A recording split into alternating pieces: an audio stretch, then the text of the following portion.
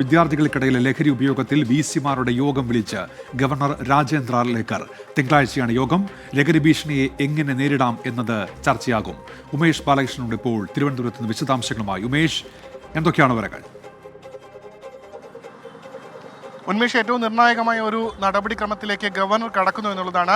ഇതുവരെ, അതായത് പുതിയ ഗവർണറായി രാജേന്ദ്ര അർലേക്കർ ചുമതലയേറ്റ ശേഷം സർവകലാശാലകളുമായി ബന്ധപ്പെട്ട നേരിട്ട് ഒരു ഇടപെടലും ചാൻസലർ എന്ന നിലയ്ക്ക് നടത്തിയിരുന്നില്ല.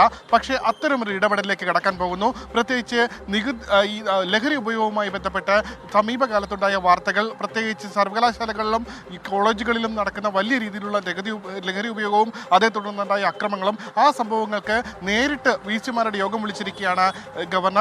തിങ്കളാഴ്ച 2 മണിക്കാണ് യോഗം ചേരുന്നത്. സംസ്ഥാനത്തെ എല്ലാ സർവകലാശാലകളുടെയും ഗവർണർമാർ, അതായത് ഉന്നത വിദ്യാഭ്യാസ വകുപ്പിന് കീഴിലുള്ള സർവകലാശാലയിലെ വിസിമാർ മാത്രമല്ല, ആരോഗ്യ സർവകലാശാല, വെറ്ററിനറി സർവകലാശാല അടക്കമുള്ള 13 സർവകലാശാലകളുടെയും വിസിമാർ ഈ യോഗത്തിൽ പങ്കെടുക്കാനാണ് നിർദ്ദേശം നൽകിയിരിക്കുന്നത്. പ്രധാന അജണ്ട ലഹരി ഉപയോഗം അതെങ്ങനെ നിയന്ത്രിക്കാനാകും എന്നത് തന്നെയാണ്. എന്തായാലും ഏറ്റവും നിർണായകമായ കാര്യം, രാഷ്ട്രീയപരമായി നോക്കുകയാണെങ്കിൽ, ഒരു നേരിട്ട് ഈ സർവകലാശാലകളുമായി ബന്ധപ്പെട്ട വിഷയങ്ങളിൽ ചാൻസലർ എന്ന് പറയുന്ന ഒരു ആലങ്കാരിക പദവിയായി നേരത്തെ കണ്ടിരുന്നുവെങ്കിൽ കഴിഞ്ഞ ഗവർണർ അത് അട്ടിമറിച്ചുകൊണ്ട്, അല്ലെങ്കിൽ അത് മറികടന്നുകൊണ്ടുള്ള ഇടപെടലുകൾ നടത്തിയിരുന്നു. സമാനമായ പാതയിലേക്ക് ഒരുപക്ഷെ പുതിയ ഗവർണർ പോകുമോ എന്നുള്ള സൂചനകൾ കൂടി ഈ തീരുമാനത്തിൽ നിന്ന് മനസ്സിലാക്കേണ്ടതാണ്. എന്തായാലും സമീപകാലത്ത് കോളേജുകളിൽ ഇത്തരമൊരു ലഹരി ഉപയോഗവുമായി ബന്ധപ്പെട്ടുള്ള ഇടപെടൽ നടത്തേണ്ടതാണ്. അതിന് നേതൃപരമായ സമീപനം ഗവർണർ എടുക്കുന്നു എന്നുള്ളതും പൊതുസമൂഹത്തിൽ നിന്ന് പിന്തുണ ലഭിക്കാൻ സാധ്യതയുള്ള കാര്യം തന്നെയാണ്. എന്തായാലും ഗവർണർ അത്തരമൊരു സ്റ്റെപ്പ് മുന്നോട്ട് വെച്ചിരിക്കുന്നു. തിങ്കളാഴ്ച വിസിമാരുടെ യോഗം ചേരും. ആ യോഗത്തിൽ ഉണ്ടാകുന്ന തീരുമാനങ്ങൾ ആ വിസിമാരുടെ